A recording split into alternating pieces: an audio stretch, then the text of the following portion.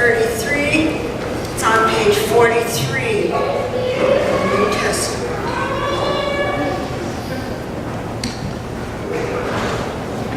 Jesus went on with his disciples to the villages of Caesarea Philippi, and on the way he asked his disciples, "Who do you say that I am?" And they answered him, "John the Baptist," and others, "Elijah," and still others, "one of the prophets." He asked them, "But who do you say that I am?" Peter answered him, "You are the Messiah." And he sternly ordered them not to tell anyone about him. So Jesus foretells his death and resurrection. Then he began to teach them that the Son of Man must undergo great suffering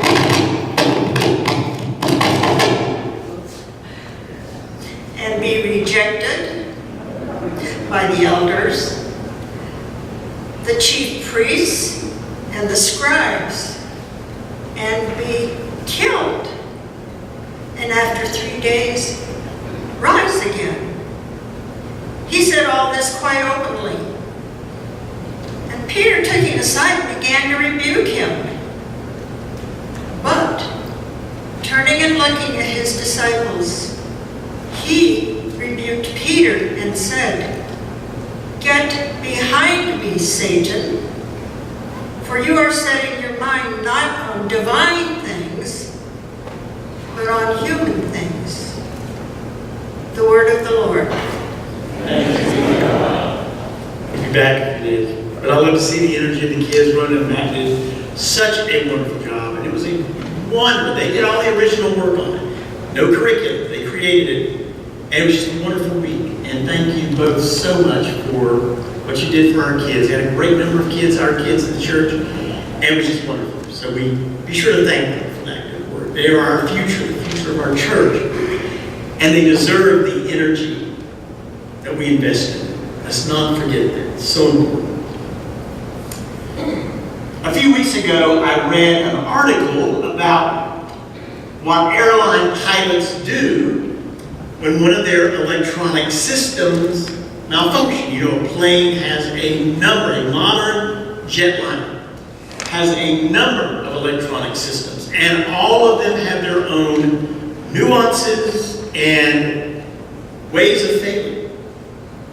As you may know, we live in the age of fly-by-wire, when sophisticated flight management systems can literally fly the plane from runway to runway with minimal human input. I mean, one airline, I forget which one it is overseas, is already talking about, let's just get rid of the pilots. There we go. We just don't need them anymore. Well, I will not be flying that airline. And here's why. Somewhere in every passenger jet's cockpit is a panel of circuit breakers, just like the circuit breakers we have in our residences. And what I learned in reading that article is that when one of these electronic systems misbehave, or when they completely malfunction, when they fail, airline pilots don't even try to troubleshoot it. They don't try to fix it. They simply reach behind them or reach above, grab the circuit breaker for that system, pull it off, and push it back in again. And they said that 99% of the time, according to the pilots themselves, the system corrects itself when it wakes back up. Does that make you feel safer when you fly? I mean, that's what we do at home, isn't it? If something messes up in our plugs or our electrical systems, we go to the circuit breaker and we click to see if it'll get working again. So we don't have to be airline pilots to know that this does work. Our computers, our smartphones, our modems and routers at some point always require us, for some reason, to do the very same thing. Either hit a reset key or button, an on-off key or button, or in the worst case scenario, unplug the thing and plug it back in. And we know that if none of those actions work, we probably have a much bigger problem. I've always found it amazing, to me at least, how the virtual universe mimics the real universe, even when it comes to that act of resetting malfunctions. Have you ever felt the need in your life to find that plug and unplug it and plug it back in again? Have you ever had that desire? There can be many influences and events that can lead us to want to do such a thing. But historically speaking, no event has ever had such a greater effect on that desire than the person of Jesus of Nazareth. Not just for our time, but especially in his time. There are two central messages that emerge from the New Testament. One of those messages is about Jesus himself. But the other one, sometimes we miss this one, the other one is about us. You and me. We're in there, whether we see it or not. We hear this message about Jesus in the astonishing words of Simon Peter when Jesus asked his apostles a question. Who do you say that I am? Remember what Peter answered. You are the Messiah. And how did Jesus respond? Notice, he sternly ordered them not to tell anyone about him. What a different message we hear from Christ in this passage as compared to Jesus' final words to his apostles. In Matthew 28, go therefore and make disciples of all nations. Tell everyone, baptizing them in the name of the Father and of the Son and of the Holy Spirit, and teaching them to obey everything I have commanded you. So it might be a fair question to ask, what happens? What happens between Jesus' urgent message in Mark for his disciples to keep his identity a secret, and his message to the same disciples at the end of Matthew to declare his identity to the world? Why the change? What happens? Well, the answer to that question is not found in what the New Testament reveals to us about Jesus, but what it reveals to us about ourselves. And we find it in Peter's response to Jesus, just after Peter makes his confession that Jesus is the Messiah. Peter is not prepared for what it means that Jesus is the Messiah. Because the Messiah was an archetype of triumph in Judaism, just like it still is today. The continuing Jewish interpretation of the Messiah is of a human being born of two parents. The father of the Messiah will have a direct connection to the house of David. The concept is that of a leader, a great spiritual and political leader, a great human being under whose rule the Jews will be gathered from all over the world into their homeland. The temple will be rebuilt, and world peace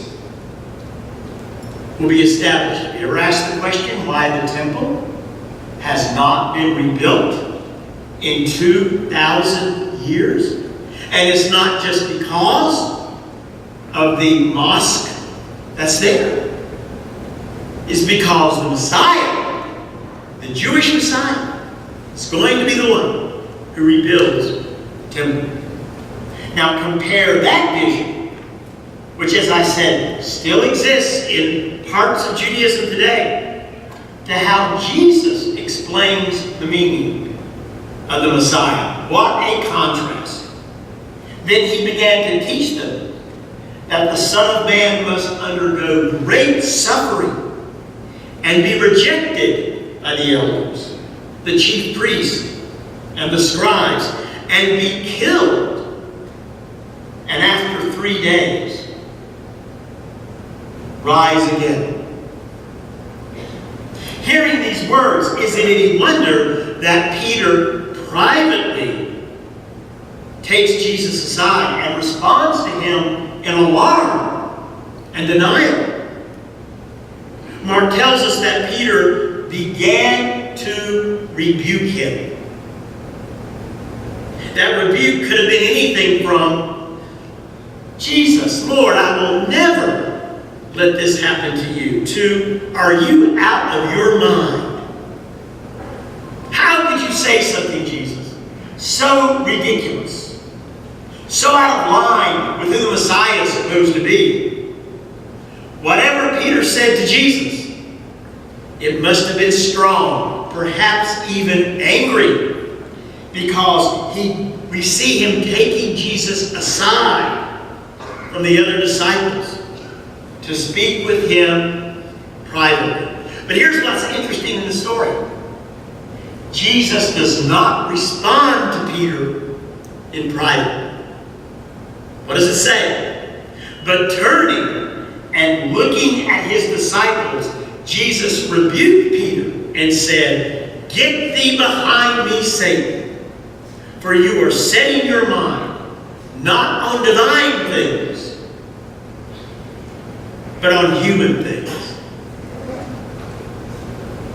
We have to kind of feel sorry for Peter in those circumstances. It might have been, or maybe it was, embarrassing for him to receive that rebuke. But here's why Jesus did this publicly. Peter knew, he had said, and he was right, that Jesus was the Messiah. But he had no idea that the Messiah was the Son of God. He had no idea. That was not anywhere in his wheelhouse. That was not in any of the apostles' thoughts. They couldn't imagine such a thing. It would take so much more than words for Peter to restart his life.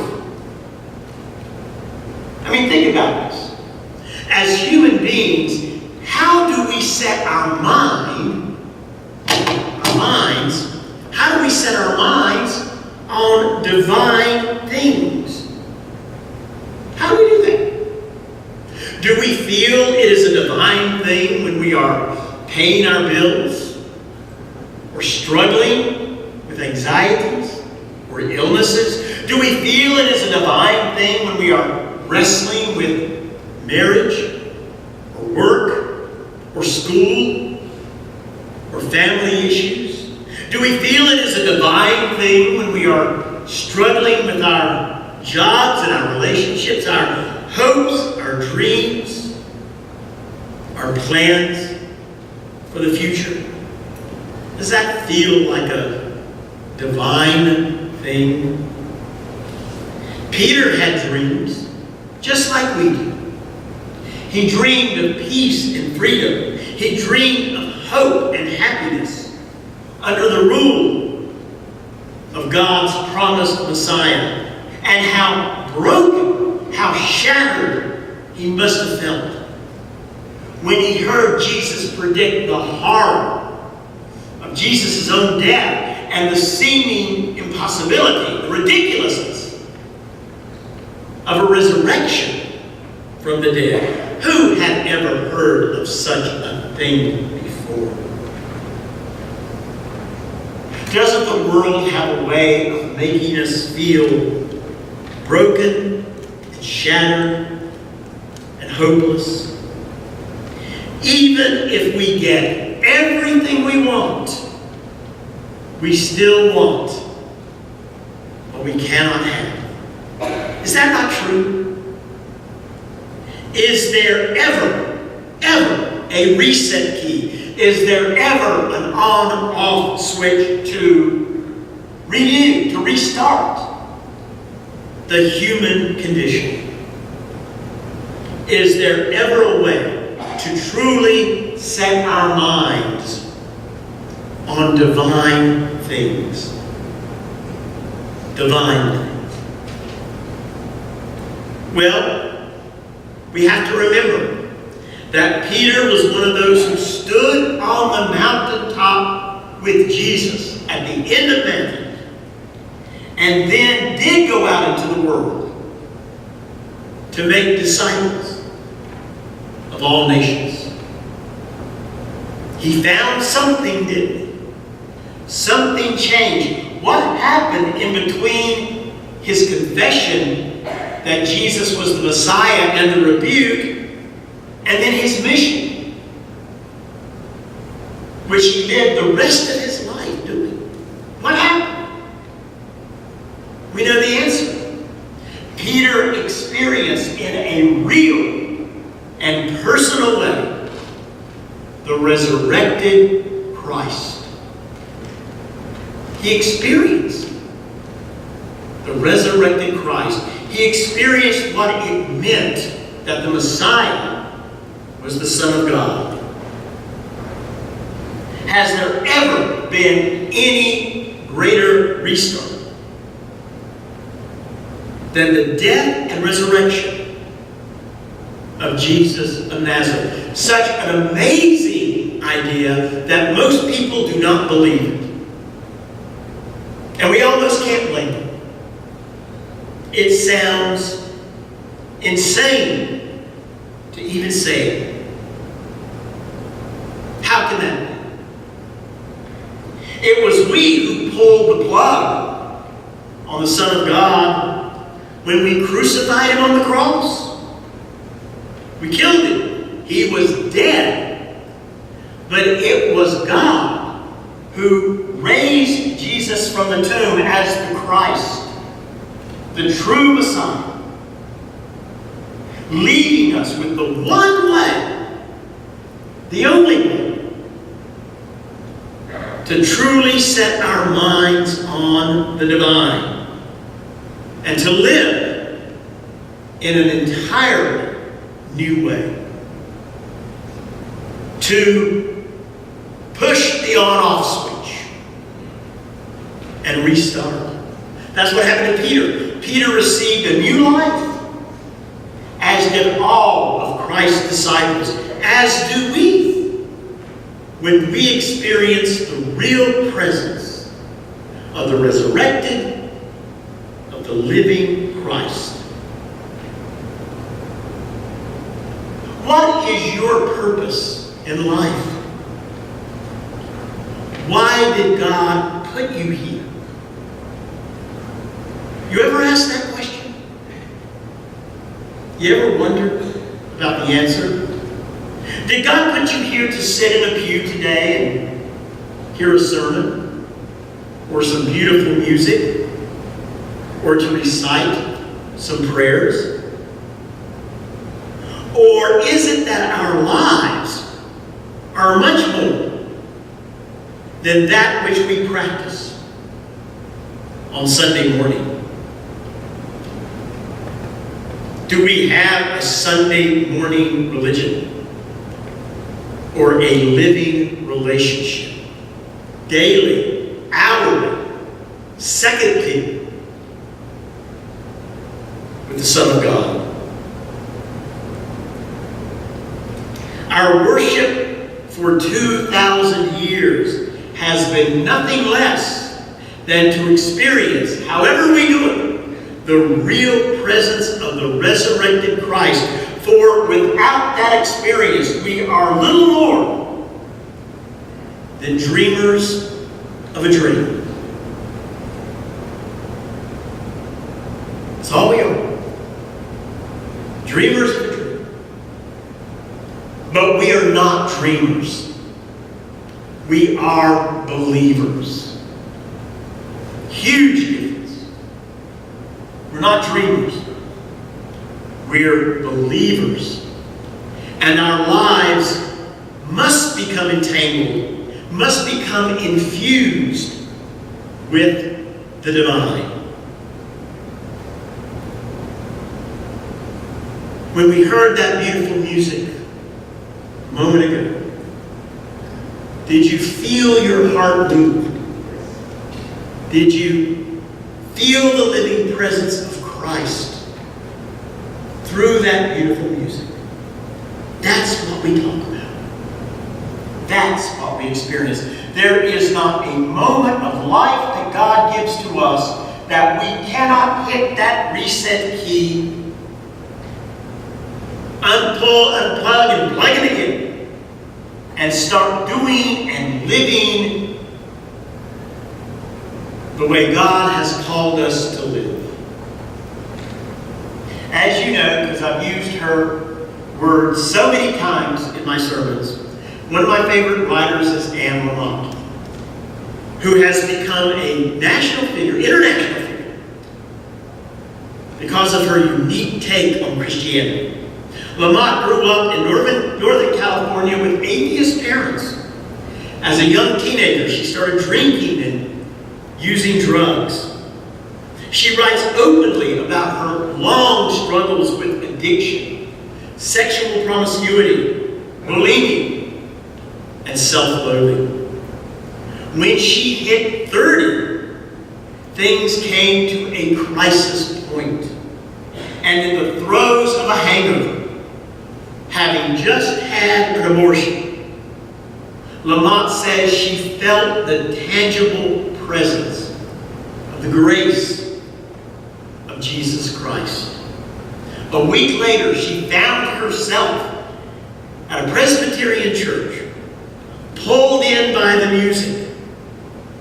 And it was at this church, a church to which she still belongs, that her life changed forever. In her book titled Help, Thanks, Wow, 3 Essential Prayers, Mack writes these words: I pray not to be such a whiny, self-obsessed baby, and give thanks that I am not quite as bad as I used to be. Talk about miracles.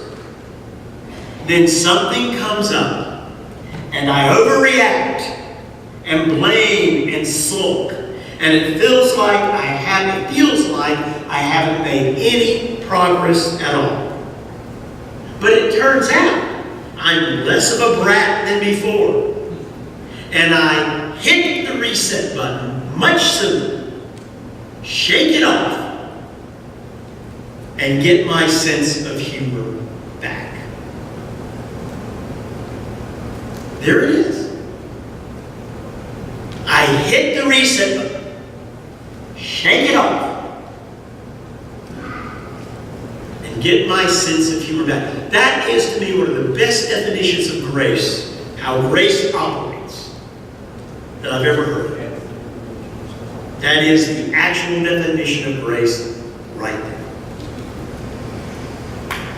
So what reset key do we need to press this morning? Christ is waiting to change our lives in the greatest and in the smallest of things. If we but ask Him to heal us and to start us up again. At the end of the day, all we need is another dawn. At the end of the day, all we need is a fresh start. And there is only one restart key on that keyboard of life that we can use to restart our souls. And it's not in our hands. It's in the hands of the one who reaches out for us. It is in the hands of the one who loves us. It is in the hands of the one who died for us and rose again.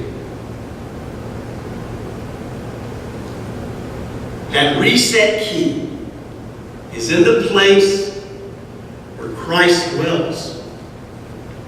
That's right here, inside of us. And He's waiting today for us to refresh, for us to either begin or begin again. And then to go out, to tell it on the mountain, to tell it everywhere, to live it, to serve, to love, that Jesus Christ is our Lord. Amen.